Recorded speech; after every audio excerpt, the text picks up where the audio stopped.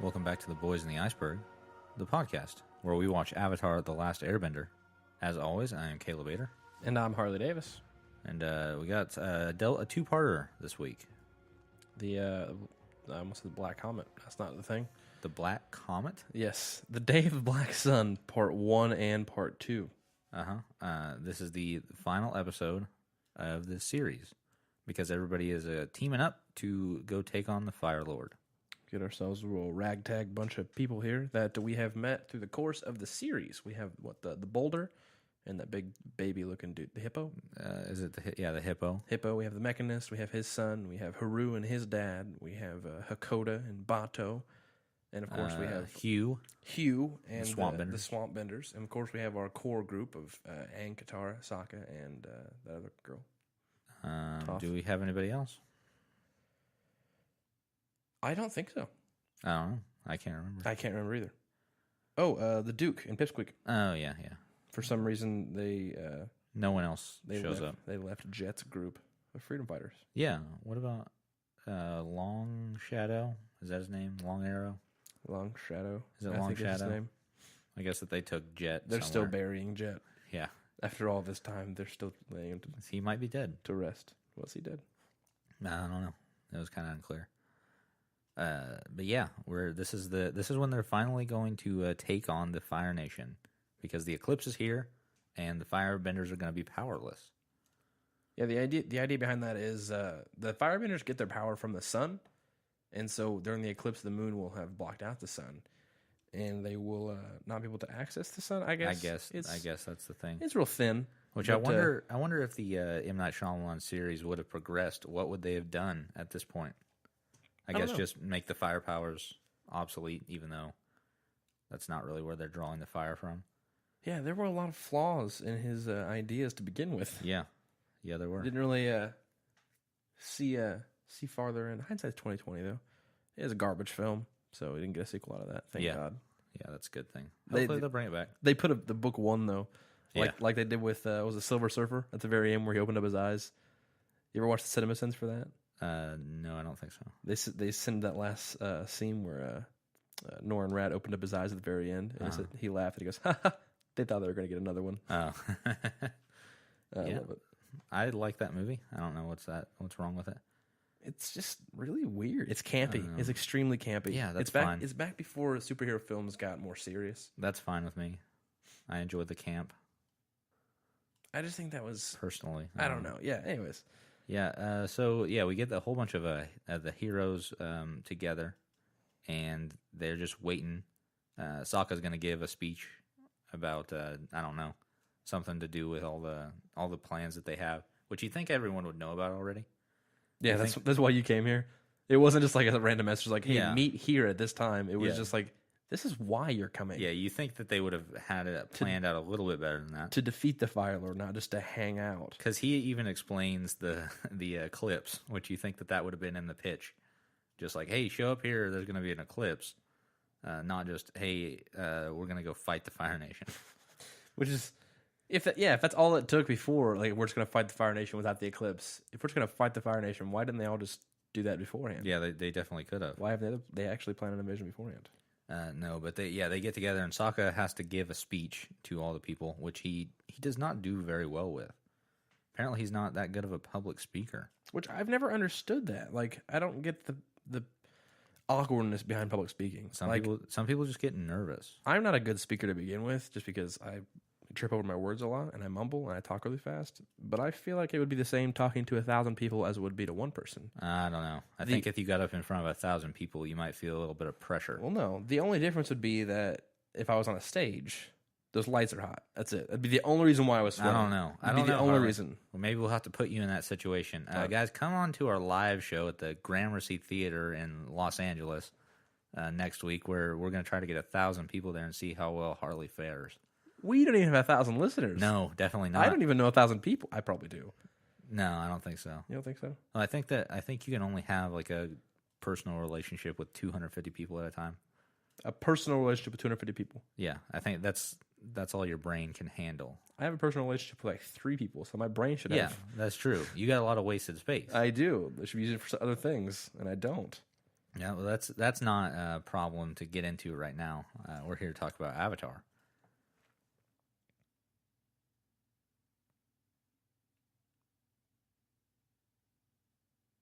So yeah, after Sokka gives his speech, Hakoda steps in because he's fumbling all over himself. Sokka does a terrible job at giving a speech. His father's very good at it. He does the whole Bill Pullman from Independence Day speech, word for word. Kind of. It's really yeah, beautiful. word for word. He just quotes it. He does. I don't even know any of it. I don't know. I just bust know. some of it out. I literally just know the words Independence Day. Or Yeah. This is our Independence Day or something like that. Or this is our 4th of July. Something Like that. Yeah. But anyways, he kind of rouses, not arouses. Arouses them. He just kind of riles them up. Yeah, he just kind of gets them going, gives them good moral support here and there, Yeah. and they're like, "Oh yeah, okay, we know what we're doing now," and then sends them on their way. Yeah, and they ship out. So apparently, what the plan is, they're gonna just walk into the Fire Nation, basically, and murder some people. I mean, yeah, I that's guess. what it takes. I don't know how. Why did they have to like go over the plan? Because it's pretty straightforward. We're gonna walk in there, murder a bunch of guards, and then we're going to murder the Fire Lord. Yeah. There's a lot of murder going on. Well, okay, so I think before we get to that, we need to talk just a little bit of setup. So before this, yeah, like we said, everybody's gathered together. But now Katara and Sokka are back in their traditional Southern Water Tribe garb. Toph is back to her original clothes. But Aang has yet to put on his airbender stuff. And he's Where do they get these outfits? I don't know. I Was guess Sokka they've been sewing carrying them? around. Was Sokka sewing them while he was making Appa's uniform? Well, yeah, I mean, he's very good at like Apparently. stuff like that. He's I a very guess. good seamstress. Yeah. So, but yeah, Aang finally shaves his head for the first time in series 3. Because the Avatar's back, baby. So was he shaving his head the entire time? He always carried around like a little razor, I don't know. or is he because you think he would have to grow hair? He obviously does. Yeah, he obviously can grow hair. Yeah, But maybe he might just shave his head frequently. Daily? Is it daily? I don't. probably because he never has any hair at all whatsoever. Is he always smooth? I wonder if they did a live action one. There's a few days where he hasn't had time to shave. It just kind of grows up. Yeah, it's Like- just got a little bit. A little bit of stubble on his head. No, he takes time every day. Just looks to like shave his trash. The Avatar just looks like white trash. head. Well, that would have been cool for like the episode where Azula and them were chasing him and they couldn't get sleep. He just had like a little bit of hair Oh yeah, because they didn't have any time for that. that'd be pretty cool. Yeah. Yeah, but no, he does shave his hair off again. That just lets you know that he's ready. You hear that, M. Night Shyamalan? Give us a live action Netflix series of this. Not M. Night. I think. No, we I'm need to- kidding. M. Night, no. Don't We touch need it. to cut him No, out. don't touch this at all. But yeah, after Aang's all ready, Sokka's actually got like a warrior, like the Southern Water Tribe warrior armor on, and he's all ready to go. He's got one of those wolf helmets. It's pretty cool. That's pretty cool. He's upset though that he botched the whole speech, and Aang tells him He's acting sort of like Aang did in the first episode of season 3. he's acting like Katara does all the time. Yeah, that's true. Also, Making it real about him right now. And Sokka's not usually into that, but he does this one time, or he's done it one other episode where he, the Sokka's Master episode, where he's like, "It's all about you guys," blah blah blah. Yeah. I'm just depressed and I cut myself. calm down, Sokka. Yeah, but this time Aang tells him, "Hey, your time to shine is not up there on a podium; it's out there on the battlefield." And then we get a little bit of that later on during the siege or the invasion when he actually does step up to take the reins of the invasion. And that's pretty cool. Yeah, I think we can sort of treat this all as one episode because I mean it's all in the same linear story. I think it's meant to be watched as one episode. Yeah. So they go out and execute the plan, which is basically them just taking boats up to the Fire Nation blockade and then submarines underneath it, I guess. Yeah, there's submarines attached to the boats, and they get the boats to the gates of Azulon, I think is what it is. Yeah. Which yeah, are these huge like netted gates that are on chains, and they raise up. They're between these big pillars, and they light on them fire. And that's overkill. It's extra. It's a bit extra. But then they know they're going to get caught there at the gates, so that's why they invented these submarines to escape underneath the gates, which is pretty smart. Like it's really meticulous planning. Yeah. Like they're really on top of that. I guess they knew about the gates of Azulon then. I don't know where they would have got that information, but I don't know. Maybe they have an insider guy on the. no, they don't. They don't. They just don't. I can tell you that, or he probably would have been there. That's fair. So yeah, they take these, and apparently Sokka is the mastermind behind the submarines. And in a very small way. His original sketches were very Big fish that they could be inside. yeah, That's what it looks rudimentary. like. Yes, It was literally to say the least. a giant whale, and there were two stick figures inside of the whale. I don't know how you would have interpreted that. The Mechanist is the genius. Though, He did. Yeah, he did a very good job. But he created a bunch of submarines. And Aang also gets a brand new glider, courtesy of the Mechanist. He does. Yes, Complete with a snack compartment. that's the dumbest thing ever. I hate it. Yeah, they kind of just forced that in there. I don't know why they needed to do that for comedy relief, I guess. But when Aang's flying on his new glider, he opens up the snack compartment and actually uses it. You hear his stomach grumble there for a little bit. He could have choked on that. Yeah, I hope that's how he dies. That'd be so funny. He just falls out of his glider in midair. I'd like that. But yeah, I want a show like that. I want a show where the protagonist is doing something stupid and then just dies. Like, you don't see it happening at all. It's just a big curveball. That wouldn't make any money. That's fine. And then you have somebody else step up and take the reins. Somebody completely just out of the blue. So they encounter some trouble at the gates of Azulon. They're discovered almost immediately. How do they end up getting the boats past it? They don't, because they come from the subs. Remember? So they take everybody off the boats and put them in the subs. Mm-hmm.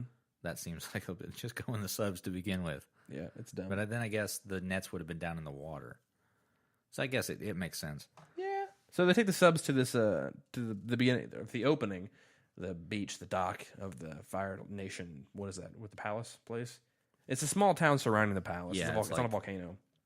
So they dock the subs, and then out come these caterpillar things, which is weird. Oh, we didn't even talk about it. So apparently the subs don't have enough air in them to make it the entire way. So they had to come up and get air and stuff. And they're getting ready. And I think this is when Aang actually leaves, because he's going to a different place.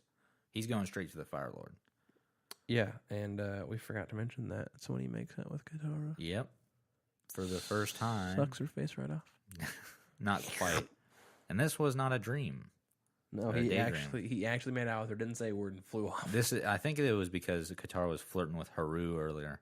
Probably. He just wants to see. Oh, yeah, and we forgot to mention Haru has the dumbest mustache. It's real bad. It's so bad. Oh, Lord. It's terrible.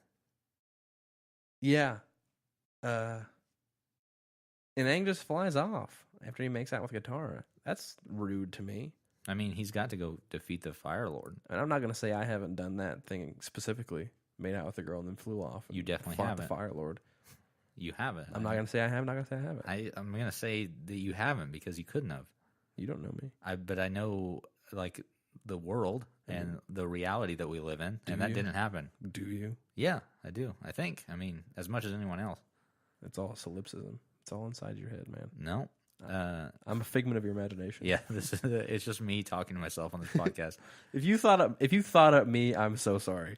Like, you just thought up the most worthless individual ever to just come join a podcast with you. No, in the podcast they hear my voice, but I'm just doing two different voices. He's really good at imitation, folks. Yeah, but this is Aang takes off because he's going to go directly to the Fire Nation, or the Fire Lord, and I don't know how does that work out, because they're going before the eclipse hits. So Aang's going to be getting there before the eclipse, right? Well, yeah, the plan is to get there and confront him, because, they might have factored into the fact that villains like to monologue. Yeah, that's what they're counting on. So they, he shows up. They're planning on doing the invasion and distracting all of Fire Lord's forces, while Aang goes in there and confronts the Fire Lord, mano a mano, which is dumb to me. I get the whole honor and destiny thing, but if you wildly outnumber the Fire Lord, just murder him. But I don't know large amounts of people. I think the plan has been so meticulously planned that everyone has a place, and Aang's place is the Fire Lord. Everyone else has to do something else. Meticulous planning, tenacity spanning. What are you talking about? Oh, it's a Lion King reference. Oh, I don't care about that. Every time I think of meticulous, I think of "Be Prepared" song by Scar. Jeremy Irons, everybody. I don't know, because he says meticulous planning, tenacity spanning. Decades of denial is simply while I'll be. I keep going? King undisputed, I think, is the next line. I might have messed that last line up. Let's get back to Avatar before I cry. Yeah. I don't even know. Where are we at? The fighting of the Fire Lord. So is this when Aang shows up to the palace? Yeah, he shows up at the palace. But do we get that before all the other stuff goes down? What all other stuff? Oh, with Hakoda? Yeah. Or no. Bato. Well, like Hakoda. just everybody on the beach. Oh, well, they storm the beach, just like Normandy, Yes. and all of Exactly them die. like All of them Normandy. die. How many people died on Normandy? I don't know. We're not here to talk about that. I don't want to look it up. I mean, But, you don't have to look it up, but it's just an insane amount of people had to die. For That's them to- fine. Okay, so I don't think... did anybody die in this storm at the beach? No, because there was one scene where one of the caterpillars got knocked over, and I really, really, really wanted it to fall on one of the swamp guys. They got out of it's the way. so close to falling on him, but no, I wanted to see him get crushed. Did the swamp guys go into the like the actual battlefield part? I don't think so. I don't think they brought water with them. I think that there were more than just the... Yeah, they did have water because there was like an actual cart. There's a cart of rocks. And then they had one of water because I guess I missed that. I saw it. Yeah, they pull. I think Katara ends up pulling some out of it at one point. No, not Katara. Someone else. But I remember them. There were like barrels on a truck. Okay, I think I missed that, but I understand what you're talking about. Okay, so yeah, they're going through and they're basically just marching up the street. Firebenders are fighting them and stuff, and it looks like they're doing a pretty good job. But then they for come the most part. they come to a standstill, and because the battlements are destroying all their like, there's a point in the scene where it looks like the good guys are losing because Hugh's arm gets blown off on not his actual arm, his swamp monster arm. Mm-hmm. A couple of the caterpillars get knocked over, and so Hakoda says that, hey, we can take those battlements out. And Sokka's like, I have an idea, and so they go take out the battlements. They get on Appa.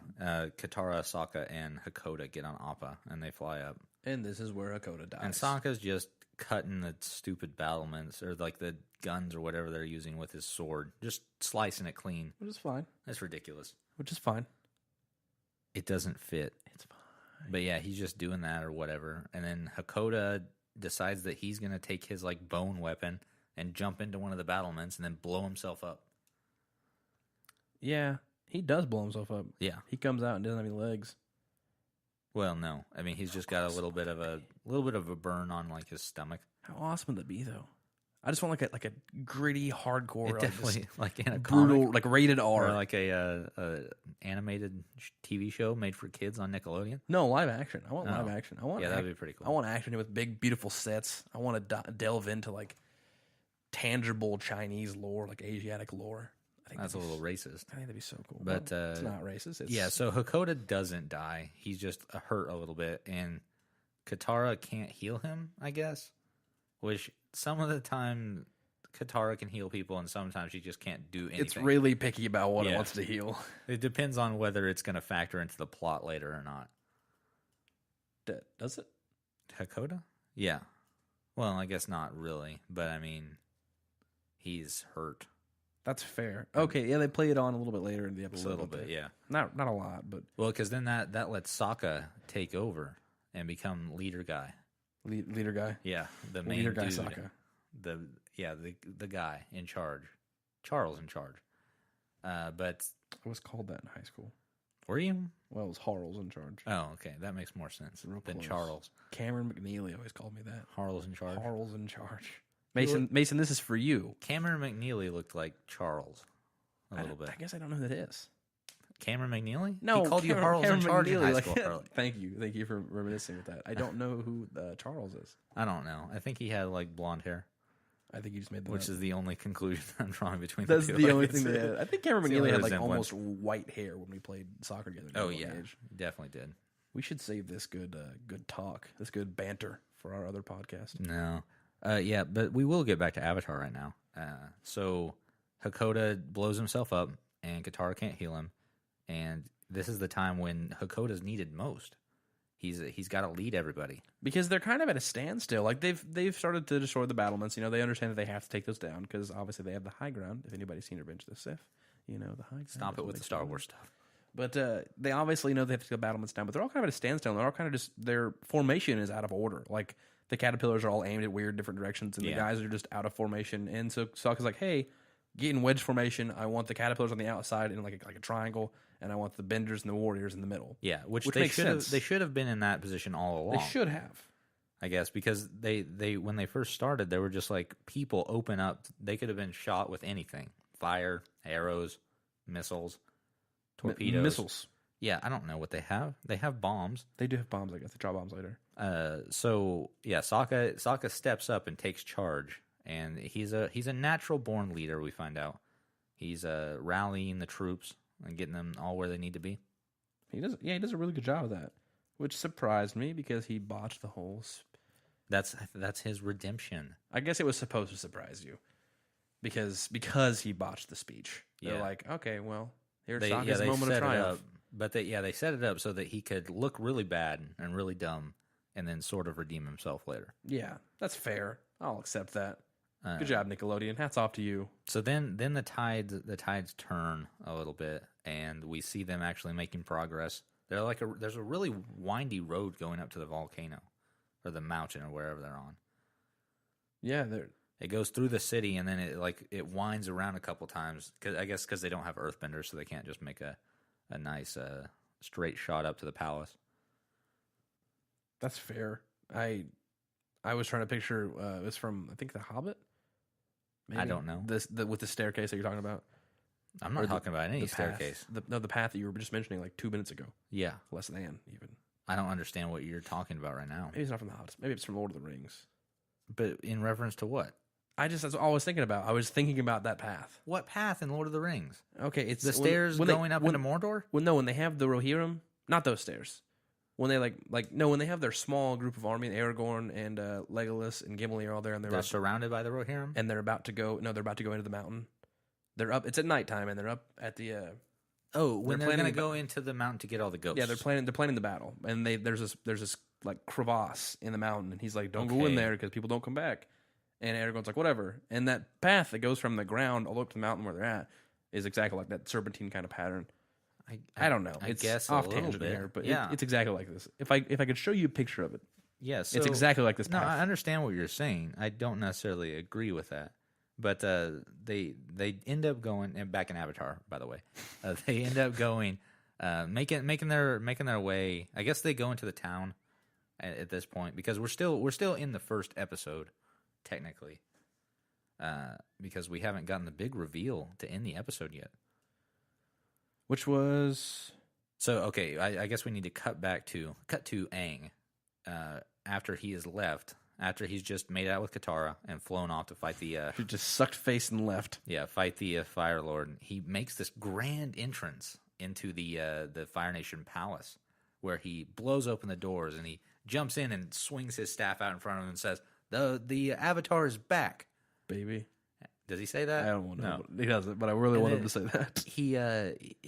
It's just silence after that. And there's no one in the palace. And he's like, "What's going on?" No one there. And then he busts into the next room and goes, "The Avatar is back." And still no one there. And he finally makes his way all the way to the throne room.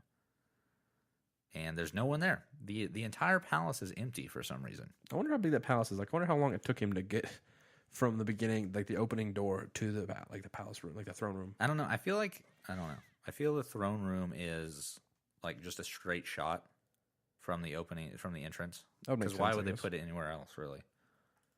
That makes sense. There's probably only a couple doors in between them. There's like they're in the antechamber, and then they move on to the chamber, and then they're in a pre-chamber. Now, does this... Yeah, that's fair. Does this go directly into him coming back, or is it the next episode? I think he comes back at the end of the first episode. The first episode, yeah. Okay, so he comes back and tells the guy, and there's this weird moment where he comes back and tells, like, because they're holding Hakoda, and What? Yeah, so they've got Hakoda there, and they're making their march up, and it's Sokka and Katara and Toph, and Aang comes back and tells them all. Aang comes back and says, "Hey, the Fire Nation or the Fire Lord's gone. They probably know about the comet.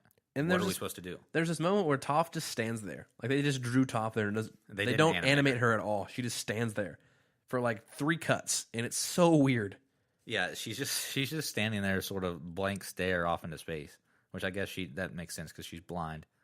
And she's just listening to them. But yeah, she doesn't move a single inch. Which is weird. She doesn't even breathe. She's dying actually right there. Yeah. No, she's dead. She's propped up against the rock. They just propped her in there. Which, if Toph is like the best earthbender there, why is she out there like, destroying everything? That's a good question. She's just standing there being lazy. I guess they don't want to lose her. Forget her. She can take care of herself. Yeah, but that's the end of the first episode. Aang comes back and says, "Hey, Fire Nation, or Fire Lord," I keep saying Fire Nation. Fire Lord is not there. Where is he at? Fire Nation Ozai. Yeah. so that's the very end of the first episode. Let's dive into some trivia. Let's do it. Okay, so Nickelodeon, as it had done for the Fury of Aang and the Secret of the Fire Nation specials, rallied greatly to promote this two-parter, creating a completely new website with links to a tournament, the Turbo Nick site. I don't care about any of that. And they made an online game for the special. Huh. So yeah, this is sort of what I was thinking. If they promoted it like this and did all this stuff, do you think people thought that the end of the series would have been these episodes? Because it looks to be. Yeah, like they hyped it up. They hyped up this episode. It's your classic what you would think of the last one. They bring all the old characters back and we see them all teamed together. Mm-hmm. And so you think that, well, okay, maybe this is the very last episode. Which I know I shouldn't spoil that. That's Yeah, you should probably. for Korra. But I like the idea of that, of bringing everybody together and the ending of it. But my question was, do you think they didn't release like a trailer for the next episode, or I don't know. until these two episodes were done? Like I don't know if they released like an episode like, hey, catch this week's Avatar, but on next week's Avatar this is going to happen. Yeah. And then this week's Avatar is over, and they haven't released a trailer yet. And after these two episodes are done, they're like, come back next week on Avatar. I wonder if they did like sort of play it like that. Like they waited until after the episodes were done. I don't remember that because we were children and I didn't pay attention to that stuff. Yeah, I don't know. Like as I said, I didn't watch this when it aired on TV. Okay, so next piece of trivia: Hakoda sports the same symbol on his military uniform as Princess Yue had on her betrothal necklace from Han. Oh, is it Han? I forget. That's so long ago. It's so long ago that we saw Han or whatever his name is. He's the idiot. That should have died. No, he did die. They dumped him into the water. Doesn't mean he died. He's not a waterbender, and he was like out in the middle of the ocean, and they threw him into the icy water. Why are there like 0 men waterbenders? I don't know. Except for the swampists. Paku. Yeah, exactly. Just Paku. I mean, the only people that Paku trained were men. Did he? Yeah, that's the whole point of that episode. We just don't see any like ever. Yeah, that's fair. That's fine. Whatever. I don't care. Peanuts are an ingredient in dynamite, giving merit to the Mechanist attempt to make a peanut sauce bombs. I guess I missed that. Was that the beginning when he blew his face up? Probably. I don't know. That's fair. Maybe that's why he put peanut. Did he put peanuts in Aang's snack thing? Yeah, maybe. It was some kind of nut. Okay, so all the members of Team Avatar and Zuko have new clothing in this episode. Oh, we didn't even talk about Zuko. Oh yeah, no, Zuko. We see was doing some stuff. Yeah, we see Zuko. Well, I guess we can talk about it in the next episode because it's more present in the next episode. Well, he abandons his home life. Yeah, in this that's episode. what we see. We see him saying goodbye to, well, not really goodbye to Mai or whatever. He does it really secretly. Like he takes off his little the Fire Nation Prince cap thingy. He sets to the side and then leaves a note for Mai. Yeah, I like it because you see there's a little bit of he's stepping back into his old life because we first see him, he's taking off that little crown and his hair goes from being uptight and smooth and it falls down to where it was when we saw him before. And this is the last episode in the series where Aang is seen with hair as he shaves it off as everyone prepares for the invasion. So no more hair Aang or whatever. Is that the name? That I don't know, but I like the way he shaved it. I went to a barber one time to get my hair cut, and is that where you went? One time. I would never have expected that. Just one time, but they cut it the exact opposite of the way Aang cut it. They started from the inside and worked out. So he just had like this he turned me bald around. patch. He turned me around in the mirror and said, "He goes, how short do you want this?" And I see just two like paths, or like one path just cut in the middle of my hair, and I had like 3-inch thick hair. And I look up and I'm like, "You just shave it all off before I kill myself. Leave it like that." I look awful. You should have just left it. I should just dyed this side like blue. And it wouldn't have been the worst haircut you would ever sported. That's fair. I did earn the nickname Hairly in high school. The submarines in the episode were revealed by the Mechanist to have limited air, which shows comparison to pre-Cold War and World War II submarines. I guess I don't know anything about any of that stuff. I don't really either. So there's a pretty good Doctor Who episode that deals with that. Oh yeah, the Day of Black Sun. Don't just both ignore parts me like that. is the only episode in the series to show modern day equipment and vehicles like submarines, trucks, and missile turrets on the cliffs. Ha! There were missiles. Shut up. Okay. It's also the first time we see a female Foggy Swamp tribe members. So there were some more swamp people there. Swamp people. They're just swamp people. Uh-huh. I wonder if they're all just nasty and dirty. And the last one, when Zuko walks out of his room in the Fire Nation Royal Palace to confront... no, not yet. The shot is reminiscent of the last time Zuko saw his mother. That seems like a very long time ago, too. Was it, though? Probably not. I don't know. Was that season 2? Oh, Lord, I have no clue. Well, because we already knew Azula at that point, so it would have had to been. Yeah, no, maybe. As the millennials say, IDK, bro. What are you talking about? Because What's that mean? like that reference of him seeing his mother. IDK means I don't know. Yeah, no, I know that. What do you mean? What does that mean? Hold on. What do you mean? What do I mean? You know what? Shut your mouth. No. Okay, moving on to the next episode. The Day of Black Sun Part 2, The Eclipse. Yeah, so this is the final like episode of the season and series, I guess. This is when everything goes down. When it all goes down. What are you talking about? I don't know how it starts. I've already forgotten. They sort of blur together. We do just watch these episodes before we start the podcast. Yeah, and I already forget a week in advance. Yeah. Okay, so yeah, this one starts basically where the other one left off, where Aang comes back and says the Fire Lord's gone. We need to go find him. And so Sokka says, "Hey, I have a hunch as to where he might be. He's got like a bunker or something like that." Supposedly, yeah, Sokka's instincts say there's a bunker underground, and so Toph goes, "I can go with you and I can show you." So Toph, Sokka, and Aang go off on their own little trek to find the Fire Lords. They bypass literally everybody. Like, they just completely void the entire invasion, go past everybody, and sneak into the underground bunker. And through twists and turns and caves and magma, and they fly over a bunch of lava. And they break into this she metal bends into this giant door, and lo and behold, who is sitting on the throne? Azula. Azulo? What did I say? I think you said Azulo. Azula. Azula's brother, twin brother. Azula that we haven't seen up until this point.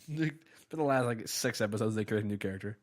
Yeah. In leading up to them getting into the bunker, we actually, I think, does Katara want to go with them or something? I know, because she's too busy messing with Hakoda, yeah. But I didn't know if they talked about it, and she's like, "No, I gotta stay here." And so yeah, it's just Sokka, Aang, and Toph.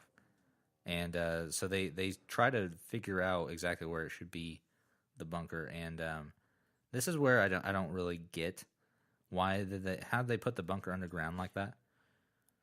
Because it was way deep underground. Earthbenders. Yeah, I mean, did the Dai Li do it? No, they enslaved Earthbenders. Did they? Yeah, this is in the comics. I don't think so. I think you're making it They up. enslaved Earthbenders at the very beginning of I think you're making this up. the war, and they built that, and they closed it back up. I think you're definitely making this up. I did. Why would they close it up? That doesn't make any sense. To make it a secret underground bunker. No, but why would they? Then they couldn't get back into it when they needed to get into the bunker. No, they closed up the earth. They made one secret tunnel from the. Yeah, you're making this up. This is not true. This is all speculation. This is all conjecture. No, it's just false. It's not. There's no speculation about it. It's just not true. But yeah, so they get to this place, and they there's a part before they actually get to the bunker where they have to cross a lava field, or I don't know what you would call it. I would also call it lava. I just called it lava when I mentioned it earlier, when I referenced it a second ago. But they go about it in the worst way possible, because there's a lake of lava, and then there's geysers or whatever, lava spouts that they have to cross. And instead of just using earthbending to just make a platform to walk on, they do it in the worst way possible. They run and jump over the spouts. Yeah, Sokka should have died. And they don't just run. So they run through it, which is already dumb. But then they run over the spouts when they could just shoot up and fire lava at any time. It's ridiculous. Shoot up like heroin? Yeah, exactly like heroin. Shut your mouth. So they get into the bunker, and they break into the throne room. They do meet Azula, and they're like, "Hey, you're not the Fire Lord." Not yet. And she's not yet. Spoilers. But she's. I think at this point too, the eclipse has already begun. Yeah. No, it has. So she cannot firebend at this point. But oh Lord, I'm sorry. But like I pointed out earlier, I like how the fact that she doesn't need firebending to be really good at martial arts because she just runs and dives and jumps out of the way of things, and she doesn't need firebending to be like that. Yeah, and I really like that. Like she's had other teachings, or yet she uses different techniques from firebending to enhance her martial arts, just basic martial arts. I think that's super cool. Yeah. So that when they first go in there and they see Azula, Toph actually earthbends around her and like sort of encases her in rock, and then it just like crumbles. And you're like, what? What's going on? Azula's another avatar. There's 2 avatars. That'd be pretty crazy. But it turns out she just brought some Dai Li back with her from the Earth Kingdom. Dai Li. Which is pretty smart of her. Azula puts the Dai in Dai Li. Oh, that's a good one. It's not spelled that way. No. Dumb. But yeah, it's pretty smart of her to bring Earthbenders back. It's specifically for the Eclipse. Yeah, like she only has 2 of them. Like, I would have had a whole bunch of them. I'd have brought all of them back. Yeah, but I guess you can't like transport it. How do you get Dai Li across the country? You're the Fire Lord's daughter. You can do what you want to do. Probably not. Probably. But yeah, so it doesn't matter how she got them there. She has 2 Dai Li agents, and they're pretty formidable opponents. Well, for a little bit. Yeah, for a little bit. They're kind of like faceless bosses in a video game. You know, they're just bigger thugs, basically. They're like the thugs you fight before you face the final boss. Yeah, which is exactly what happens here. We get to see them square off against Aang and Toph, and we don't even know what Sokka's doing. And then Azula's running back and forth and whatnot, running away from Aang. And then we see Sokka, and there's a little hole that they put in the wall that he's climbing through about, I don't know. He's just having a real tough time. 15 feet up in the air. I don't know how he got up there. And so Azula jumps through it. And they do a slow motion shot of her looking down upon him. She's really crazy looking. And he's kind of like, oh, I'm kind of. But he just lets her go. Yeah, he doesn't try to tackle her. I'd choke slam her into the ceiling or something. Something really crazy. It's his fault. Yeah, it's Sokka's fault. But yeah, we see Azula like run into this little like room off the back of the throne room or wherever they are, and they eventually like Toph metal bends a Dai Li agent into like an I-beam against the wall, and then Azula they finally like lock her up kind of, but they don't lock her feet up, which is weird. No, we've seen her do some pretty weird stuff with her feet in previous episodes. I don't know why they don't lock her whole body up like she did previously. Yeah, and they did it for animation purposes. Yeah, probably. So if she could break out after a while. Azula at this point is just shooting her mouth off, just trying to get into their heads and like make them mad and stuff. And Sokka realizes this, and he's like, "Hey, she's just trying to mess with you. Just ignore her." And it almost works. They almost like just walk away.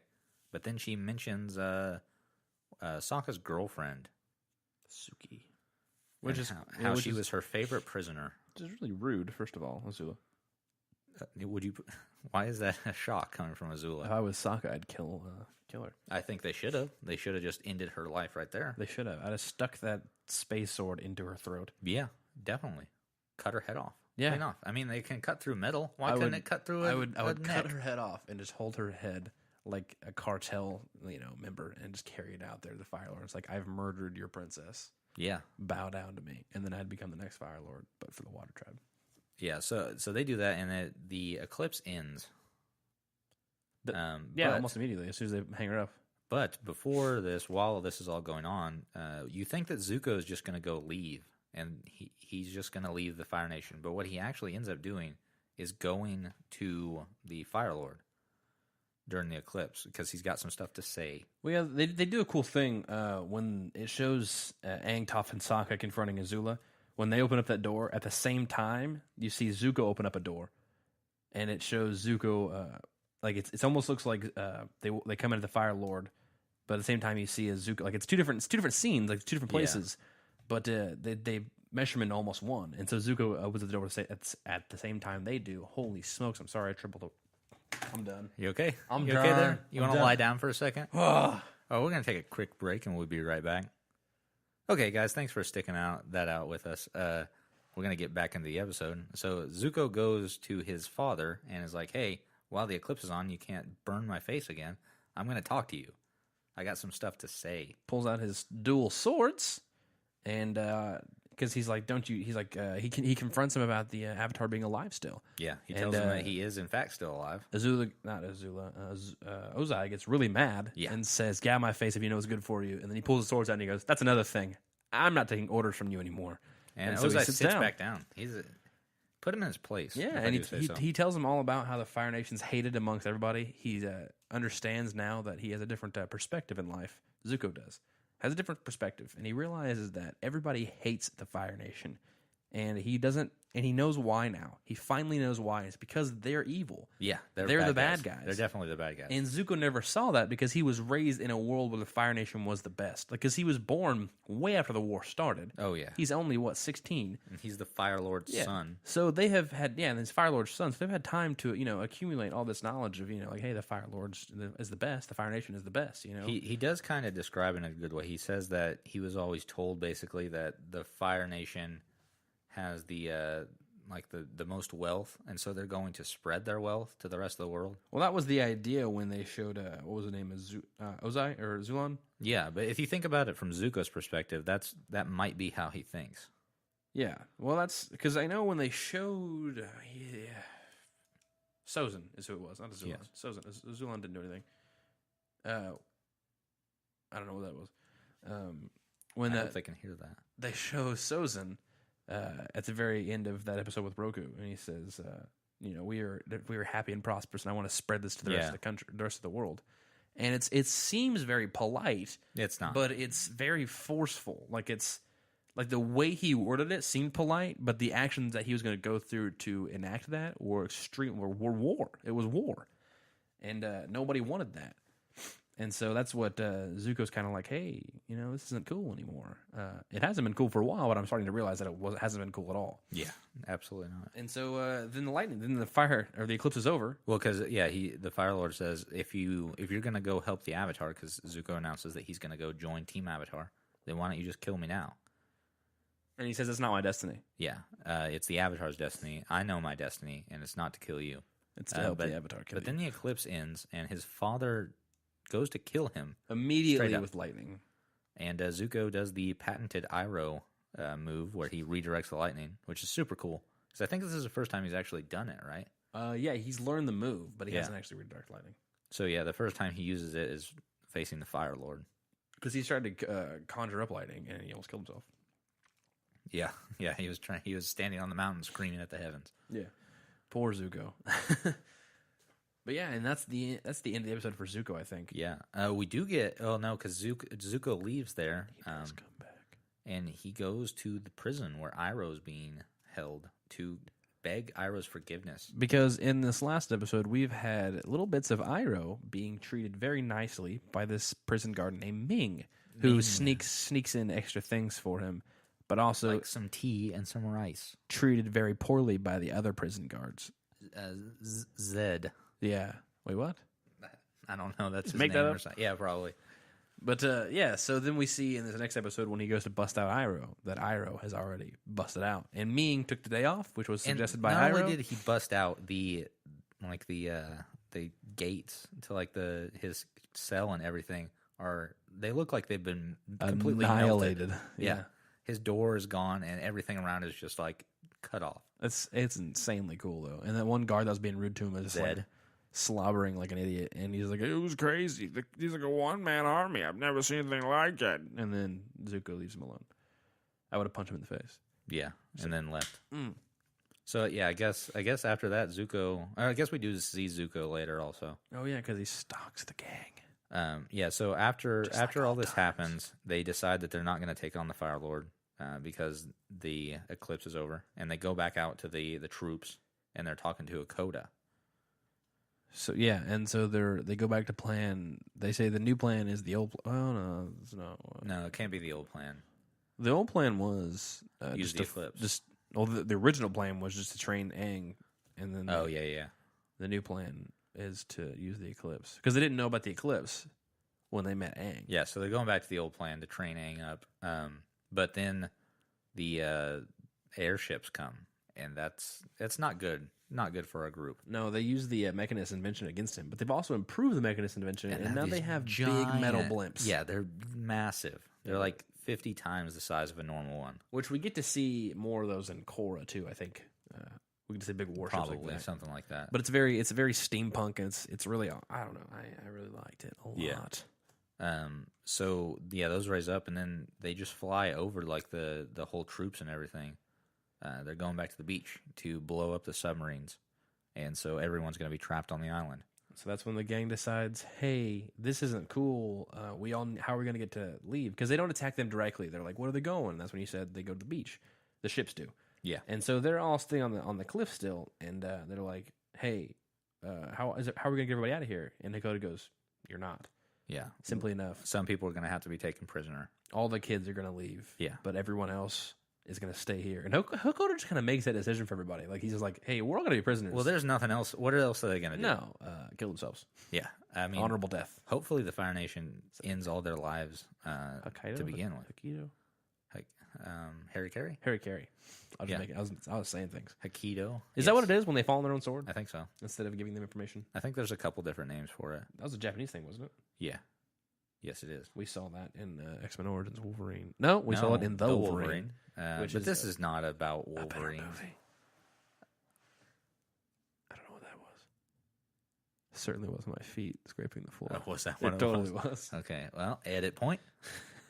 Yeah, I don't even know where we're at now. Oh, they're getting captured. Oh, no, they're leaving. Oh, yeah. So all the kids, Haru, the Duke, the crippled kid. Yeah, I don't remember his I name. don't know his name. Everybody else. Katara, Sokka, Toph, and Aang all hop on armored Appa, and they leave. Yeah, they fly off. Yeah, and Katara's not having that because she doesn't want them to be separated again. Yeah, but what are you going to do? Yeah, Katara can't see logic for some reason. Shut up, Katara. She clouds her entire identity with emotions, and I hate that so much. Yeah, she does. Stop being so soft, Katara. You're not going to hate it in a couple episodes, Harley. Make logical foreshadowing. Reasons. Wait, what? Nothing. What? Okay, yeah, so then we see Appa flying off, and we assume that everybody's been captured and not killed, which they probably would have been. Yeah, that's the thing that I brought up when watching the episode.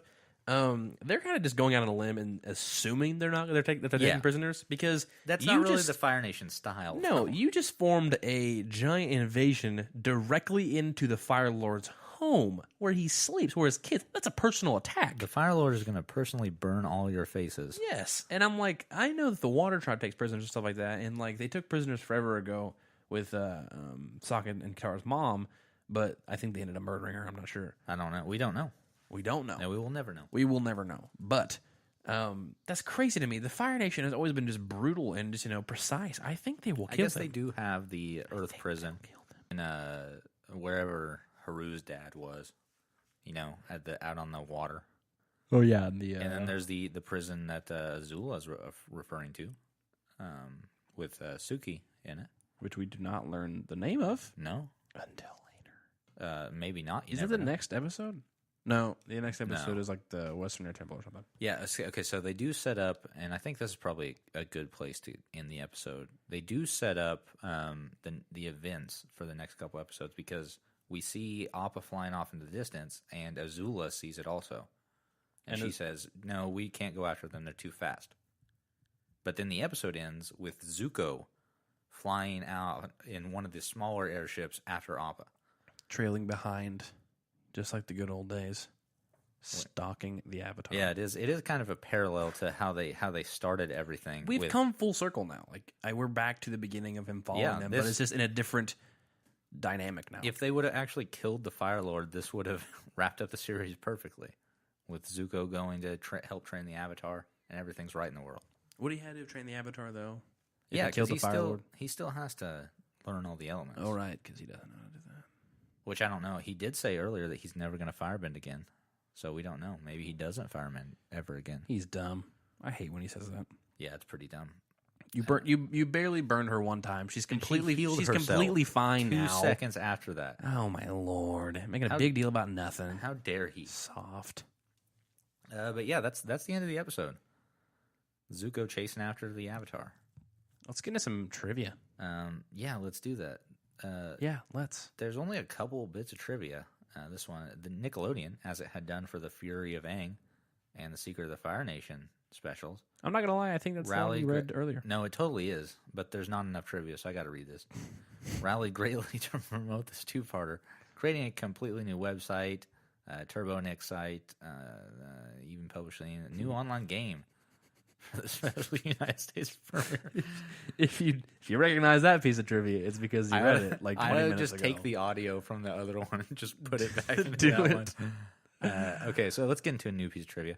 During the original airing of the episode, the title card of this episode read Chapter 10. On subsequent airings, the name was changed to the correct number, Chapter 11. Ooh, Nickelodeon screwed up on that. Errors. And then this last piece of trivia is a bit weird. The idea of an oppressive leader using a secret bunker during war is similar to how Adolf Hitler utilized his own bunker. I'm glad that we got Hitler on the podcast. Oh, yeah. I like that. I think that the bunker is just a general thing. I don't think it's just because of Adolf Hitler, right? If you're scared, you could go into a bunker. I think it's the idea of somebody in ruling power in kind of like a communistic state that I think that's where they're getting that from. There's a lot of parallels. I don't think that the Fire Nation is communist. I think they are. It's more fascist. I don't follow politics, so I don't know. Okay. It's a little bit, yeah, because communist is basically the idea that the government controls all the resources, which I don't. No, that's not the case because there's sort of a capitalistic sort of setting with shops and stuff.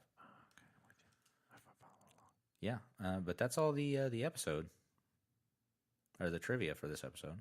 That is also all the episode. Yeah, I mean we wrapped them both up at the same time. What a coincidence! Yeah, so I think that's going to do it for us for this week. Back at it next week again with hopefully some episodes that don't make you think it's going to end. You okay over there, Harley? Okay, guys, thank you so much for listening. As always, I've been Caleb Vader. And I'm Harley Davis. We'll see you here next week. Bye.